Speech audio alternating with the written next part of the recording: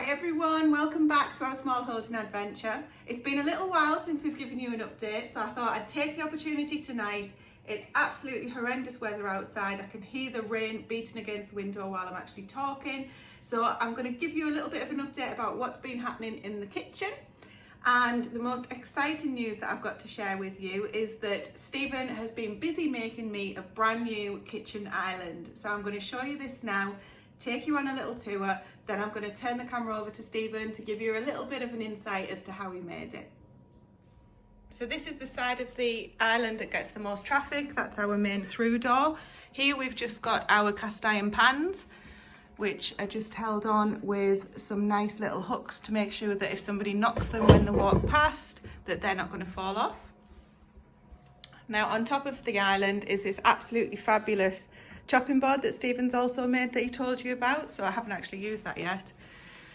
And underneath is probably the scruffy looking bit to some, but I love this. So I've got everything that I need to hand practically. Well, not everything yet, because I've only had this couple of days, so I'm not used to what I'm going to need there just yet. But I've got my chicken scrap balls, the breakfast, the coffee, the scales, the things to make the sourdough starter with, pans, plates, everything that I'll need to hand whilst I'm working at the island here. We've got a fabulous jar for the cutlery there, which I absolutely love. And then on this side, we're going to have a rail going across that we'll use for the tea towels and things. That's not on just yet. And you can see we've also got the stools set at a different height, like the three bears, although there's four of us in the family, but one of us spends all of her time on that side. So to say I'm thrilled with this is an absolute understatement. It's absolutely fabulous.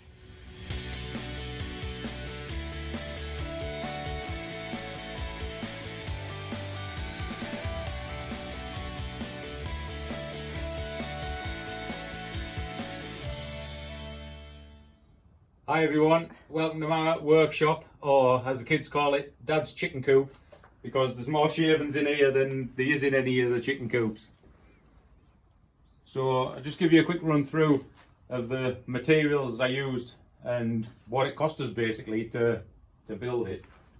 So if we sashay over here, watch your feet with all the nails, I just use some of these old doors, these bits off the doors for the frame and inside, but mostly I picked all this up, all this timber, it was full of all these plasterboard nails and 6-inch nails and all rusty nails and everything, so it was pretty much just what people would call scrap timber.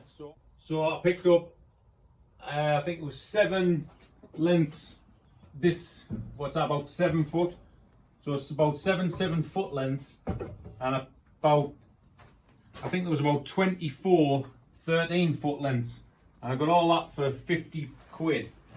So first of all I took all the, well, I haven't done it with these few, but all the ones underneath here, which you can't see because they're covered in shavings, all them have got the nails out. I'll be using them for other projects that no doubt will come along.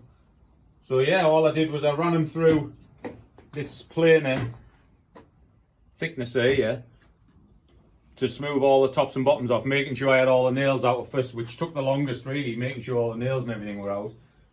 So I ran them through that to get them all the same thickness, and then I ran them through the planer on the ends just to make sure all the ends were smooth to glue them together. And then just cut them to length and glued them together really. And that was it. I didn't think it was going to turn out very good, that's why I didn't video it, so that's why it's happening now like this. And then all the shelving was just made out of a couple of pallets, which I just ran through the table saw and cut to length, and then took the bottom ones off so they sat on the shelves. And then after that, I just glued it all together with just some Evo stick wood adhesive and clamped as much as I could together with these, because these are the longest ones I've got, which I think there was three board thicknesses left, which I just screwed together with some big nails to get them to stick together. And that was it from here, and then loads of sanding, which you can see everything's covered in dust, and this is the next job, to sort this back out. And I'll just show you what we finished it off with. This is what the wood looks like after it's all been sanded and planed and run through the thicknesser. And all we did to finish it was give it about 5 coats of the wood stain, oak colour. Then we finished that off with 3 coats of dark oak interior varnish, and that was it. And then the base, we just give it 2 coats of interior wood and metal paint, screwed it all together, and then you got yourself an island. And one final touch, I got a piece of old worktop off Tracy's uncle, so I thought that would make a good chopping board, so I just cut it down to the size she wanted. My plan was to put this on the other side, but I thought it'd look better like that. And just butcher's block oiled it, put some feet on it, and then just got a solid chopping board to work from. Ka-ching! The most exciting part of it is that it only costs £85 to build. So Stephen managed to source a lot of the wood. We had to buy a couple of things new, which all in all, it came to a grand total of £85. Now, to buy this from a shop or from somebody locally to make this for us would be well out of our budget. So I'm absolutely thrilled with this. So there's going to be a lot more videos coming from the kitchen island now. So stay tuned for those. And in the meantime, I wanted to show you a couple of things that I've been busy with whilst this has been going on. So here we've got a sourdough starter. So this was what I purchased in January or February of this year. I've been feeding it every day and I've made a good few sourdough loaves with this. I'm actually now confident enough to do a video, so I'll be doing that soon. This was just fed last night, so it needs feeding again now. So I'm going to do that for you just now to show you what the process is that I do there. And also we've bought some kefir grains, which is what's in here. I'm going to show you this too. Okay, so this sourdough starter, you can see the plastic silicone lid is actually beveling out a little bit. That's because of all the gases that are inside. So that is absolutely perfect.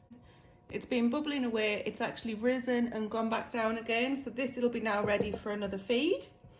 And the kefir grains, which we're actually using as a probiotic drink and to make some of our own soft cheese with and things like that. I've had these now for about 3 days. So the first day I activated them in there's 10 grams of kefir grains. I activated them in 250 ml of whole milk. So it wasn't organic milk, it was just whole milk, regular whole milk. Activated them. After 48 hours, I strained it, discarded it because the first one's never any good. Didn't even want to give that to the chickens. And I've put in another 500 ml of milk last night, and this is starting to ferment. So I'm going to leave that till tomorrow and do the same again tomorrow, and then we should be good to start using this as a drink and to make the cheese from. So the lid's going back on there, that's going to go back on the shelf. So for this I'm just going to use an old peanut butter tub. So I do use a new tub each day. You don't have to, but I do. I'm going to weigh off 100 grams of this to continue for the next starter to feed this. So I've reset my scales. Stop. Now this here is known as discard, so you're not actually using this for anything. There are recipes that you can use to make this with, and such as pancakes. I've been making crackers from it and things like that. But if not, the chickens really enjoy that. So I'm going to put the same amount of flour and the same amount of water in. So it's 100 grams of flour and 100 grams of tepid water. So I always put the water in first because it's easier to mix.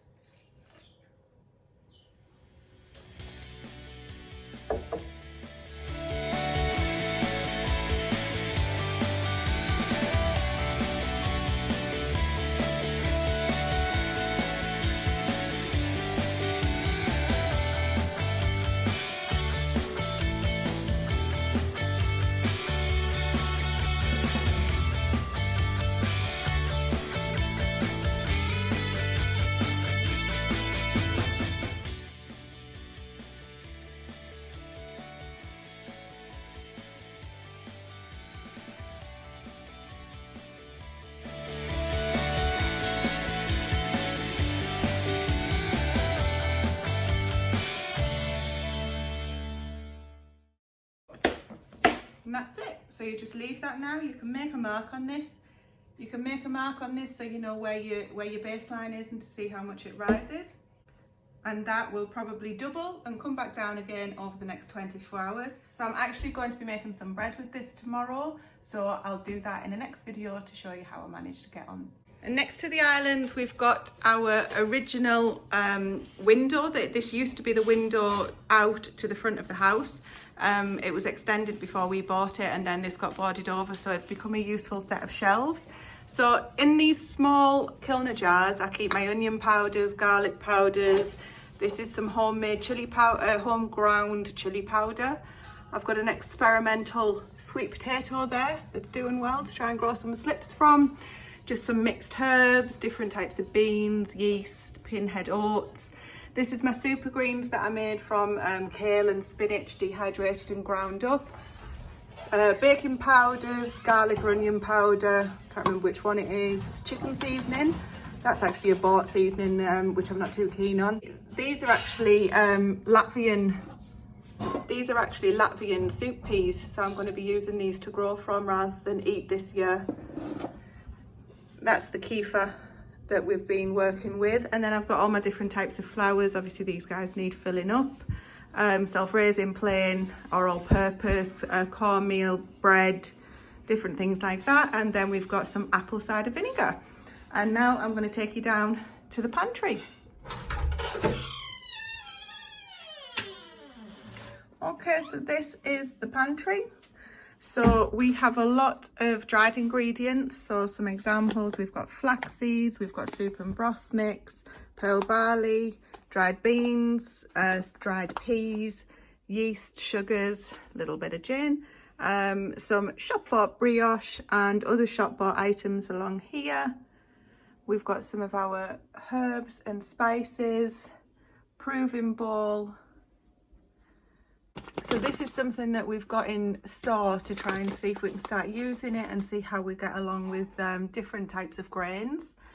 Lentils, last of the oats, some black beans there, dried butter beans, more dried beans there, and some lentils and just some storage space at the top. And then down here we've got the tinned dog foods, the last of the tins that we've got in here. For some of you that know, we're on a grocery challenge, so I'll give you a brief update on that shortly. And more of the ingredients that we've stocked up on. So I've got lots of mustard powder, mustard seeds, because there's a video coming up on some homemade mustard that we've made. This is something that I've also just started to try. Absolutely fantastic. I really like the taste of this, and it's loaded with vitamin C. So that's been a really healthy drink that I've been trying to have to increase my water intake. For some reason we've got loads and loads of sugar. Not sure how we ended up with so much, but that's good.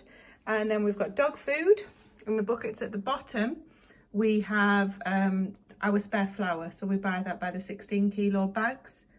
And then we've just got the apple cider vinegar until we make our own, and just some pots and pans, and just a bit of a mess on that one as well. So there's the pantry. So there's going to be videos coming up on how we're using a lot of this stuff. And I'll just give you a really quick update on the kids' cereal, because they like a treat of cereal every now and again. And I'm just going to give you a quick update on how we're doing with the grocery challenge. So for those of you that have been following us for a while, you'll know that this year, 2021, Stephen and I have decided that we're going to do a grocery challenge. We've got a budget of £950 to take us through the year. Now, we have stocked up on a lot of things beforehand, so, you know, it's not that we're starting on a £950 budget and that's all we've got and we've got no food. Our freezers are full, the pantry was full, we have a backup of some stores as well, so we've got plenty to be getting on with. Obviously, we're still needing certain items, fresh fruit, veg, milk, things like that. The veg is needed until we actually are growing it ourselves. So with this year, we're also trying to grow a year's worth of veg, so that we can preserve it and get it on the shelves and replace a lot of this stuff with homegrown.